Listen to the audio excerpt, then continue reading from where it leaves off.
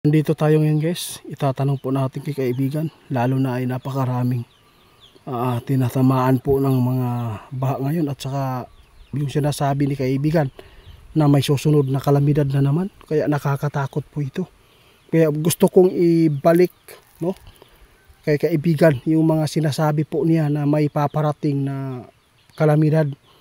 Nais kong ipaabot din sa inyo para tuloy-tuloy po ang ating pagpapaabot sa inyo ng mga impormasyon na dapat na kailangan din pong ma-share ninyo ito para maraming tao na makapaghanda at makalikas dyan sa lugar ninyo. Sasabihin po natin kung ano man po ang sasabihin ng ating mga kaibigan. Naparito tayo guys para lang ito makatulong sa inyo. Kaibigan, tay, nandito po ako ngayon sa harapan nyo. Nais ko pong malaman, di ba, na bumanggit kayo na may susunod na naman po na kalamidad. Sa tingin po ninyo tay, ano po ba ang nakikita ninyo sa mga tao? Marami po bang buhay na mawawala dito kung magpapatuloy nito? Kasi sinasabi po niyo noon na mayroon pong mga lugar na kakainin, lalamunin ng tubig, di ba? Nangyari po talaga. Kaya kung meron kang impormasyon ngayon, pwede po natin na ipaabot sa mga tao para po makalikas sila doon.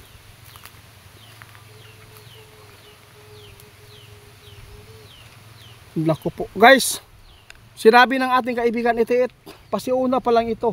Yung mga nagaganap po ngayon na kalamidad, no? Pasiuna lang ito. Patikim lang po daw ito. Ang napakadelikadong magaganap guys, pagdating ng bear. Sos, naku po, malapit na, mag-Agosto na. Agosto na hapit, kaibigan. Nakakatakot ito guys. Patikim lang pala ito, kaibigan. Ano po ba nakikita mo dito?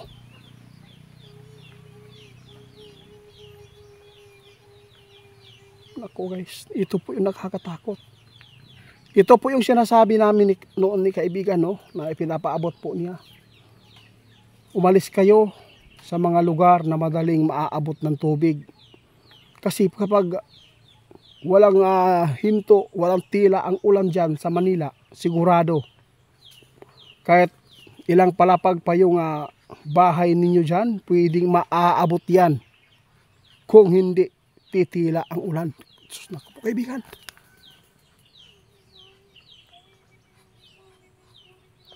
Kailangan daw ninyo ito ma-share guys. Hindi po ito pananakot. Nakita ng ating kaibigan, no? Nakita po ninyo ang nangyayari po doon sa lugar nyo kung bakit nagkaganyan po ang lugar nyo. Kinain ng tubig yung mga kabahayan dyan. Lalo na ngayong inangat, hapit na gid guys, malapit na po na tutungtong sa buwan ng bear. Ito po yung natatakutan ni kaibigan ngayon. Kung gaano man kalaki yung tubig nakikita po inyo ngayon, mas meron pa kayong madadaanan po pag abot sa month of bear, kaibigan. Grabe naman to, nakakatakot talaga to. Ito po yung kinatatakutan ni kaibigan. Patikim lang pala ito guys. Sa lahat po na makashare nito, maraming salamat. Kung malapit kayo dyan, kung sino man po yung tinatamaan ng baha dyan, huwag po ninyong hintayin yung tinatatakutan ni kaibigan ngayon na nakikita po niya pagdating po sa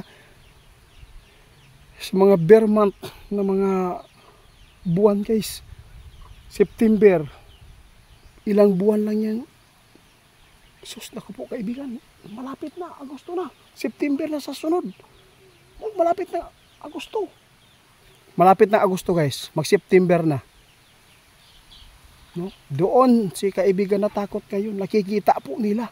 Kung ano man po ang nakikita po niyo na tubig ngayon, mas mayroon pang madadaanan ang mga tao dyan na posibleng ikakamatay po ng mga bata, ikakamatay po ng mga, lalo na yung mga PWD at saka yung mga may mga sakit na mga stroke. Kawawa. Hanggat may panahon pa, lumikas kayo dyan. Huwag po natin hintayin na makikita na lang kayo sa ibang tao na wala nang buhay, naaanod. Di ba kaibigan, nakakatakot po ito. Totoo po yung sinasabi ni kaibigan, guys.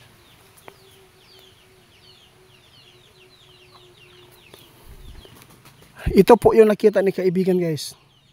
Totoo talaga ang sinasabi nila na may lalamunin na mga lugar na tubig. Patikim pa itong paglamon, guys. Hindi pa ito totally na ito po yung mga final. Hindi. Meron pa. Nakakatakot po ito kapag December, guys. November. Ito po yung tandaan ninyo na mga hula ni kaibigan. Maraming damage na mga tao dito. Grabe naman po kaibigan. Sana naman po kaibigan mabago po ang panahon. Sana po Panginoon mabago niya ang panahon. Pero sinabi po inyo kaibigan, walang makapipigil sa kalikasan. Dahil po inabuso ng tao. Kaya ibabalik din po yan sa inyo. Kaibigan, madadamay ang mga inusinting tao dito.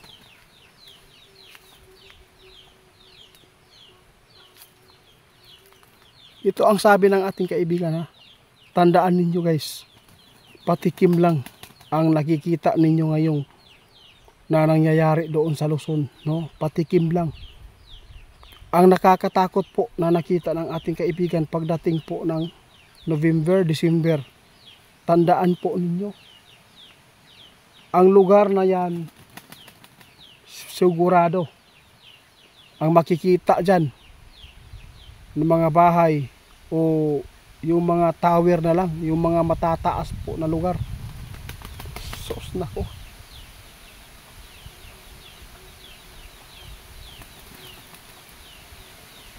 Hindi pa dahuli ang lahat guys. Pwede pa kayo makapag-isip ng maayos kung kailangan po inyong kaligtasan. No? Grabe. Meron tayo nagmamakaawa na po kami guys. Wag ninyong masamain po itong ipinapaabot namin sa inyo. Hindi naman po ito pananakot. Bahala na po kayo kung hindi kayo maniniwala at hindi kayo susunod sa mga ipinapaabot ng ating kaibigan, kasi kanya-kanya naman po tayo ng karapatan na gawin. Wala po kami magagawa. Basta sa amin, gusto lang po namin na makatulong sa inyo. Kasi ang mga kaibigan natin, nabanggit na po ito, no? Kung 2024 na mayroong lugar na lalamunin ng tubig. Kaya sigurado yung mga tubig guys na nakikita ninyo na umabot sa bubong, mas higit pa ang mararanasan po ninyo pagdating sa inangat sa December. Salamat kaibigan.